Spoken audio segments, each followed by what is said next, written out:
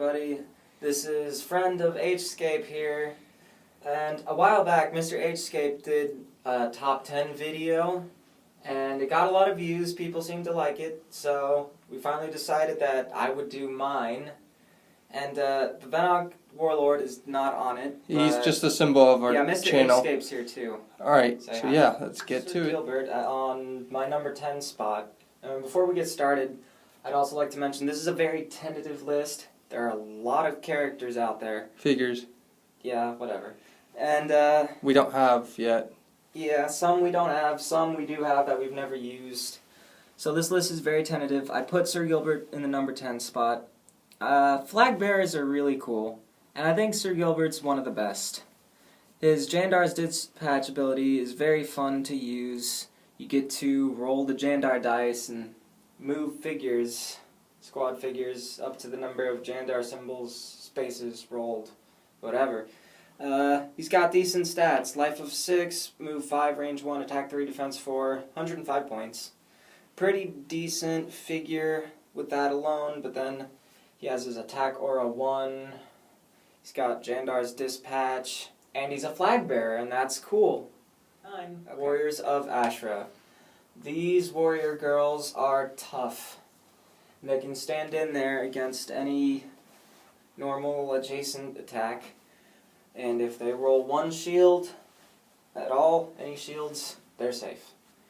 This is a great ability, works well against many figures that have a range of only 1, so they're very tough to take down, especially in large numbers. Great for their point value.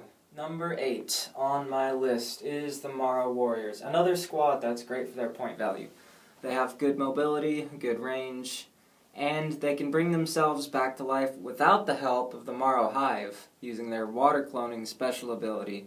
Good figures, move of 6, range of 6, attack 2, defense 3, squad of 4 for 50 points, which can easily earn that point value and more. The Morrow Stingers are number 7 on my list. There are a lot of Morrow squads out there, and I like them a lot. I do like the Morrow. If you ever saw that battle where I used Morrow and Mr. Hscape used anything else, that was quite fun and a little painful. But anyway, the Stingers were a powerful force in that battle, and they're a powerful force on just about any army. With good attack power for a squad of 3, and a range of 5, movement of 5, 3 and 3 for attack and defense, they definitely have some good power. Their Stinger Drain ability allows them to increase their power even more, or screw themselves over if you get unlucky, but it's great, and for a point value of 60, this is a really good squad. Isamu is number 6, and he's only 10 points. It's so easy for him to earn his point value in a battle just because he's one of the cheapest figures in the game, literally. Tied with Otanashi as the cheapest, as a matter of fact.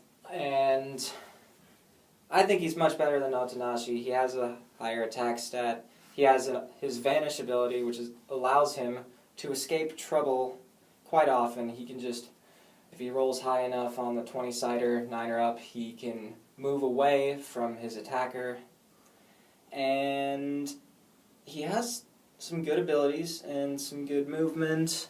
Attack of 3, defense of only 1, but he is only 10 points. You can't expect too much from him. And as we head into the top 5, our number 5 on the list is Major Q9, often regarded as the best figure in Heroscape.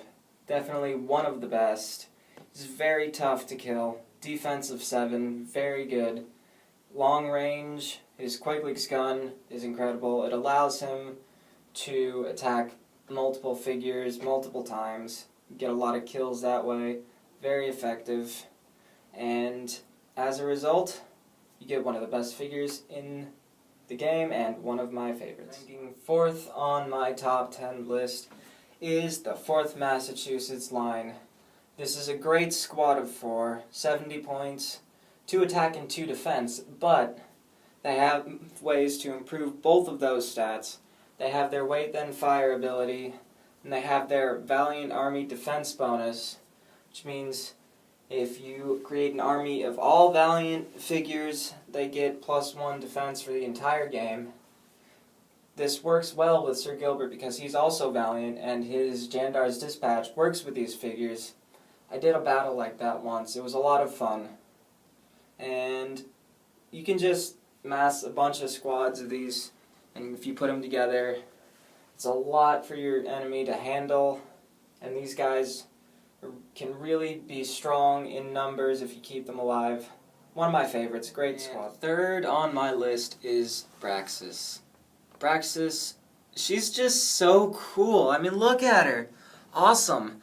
Like a black ribbon of death flying through the sky. I think it actually says that on her unit bio, too. You should check that out. But, her ability, Poisonous Acid Breath, is great. Can mow down squads easily, and even some smaller medium heroes. She can fly, of course, with those great big wings. And she's a lot of points, 210 points, but she's got great stats. She has a life of 8. That's amazing. And attack 5, defense 3. Although most of the time you probably won't be using that attack of 5 just because of her acid breath, kind of her signature move. So cool. I really love Praxis. Ranked second on my top 10 are the Death Reavers, commonly known as the Rats. These figures are infamous for being very annoying and hard to kill. They have a defense of 4, which is pretty good for a squad, especially a squad of 4. And they have a lot of movement and mobility, and their ability to scatter. This allows them to move. Whenever any one rat is attacked, 2 more get to move up. Makes them incredibly difficult to get out of your way. They're great figures. They're only 40 points for a squad of 4. Great point value. Known for their annoying support capabilities. Fantastic. I highly recommend you get a bunch of these for your battles. They'll change your life. These guys are great. Stay tuned for my number 1 pick.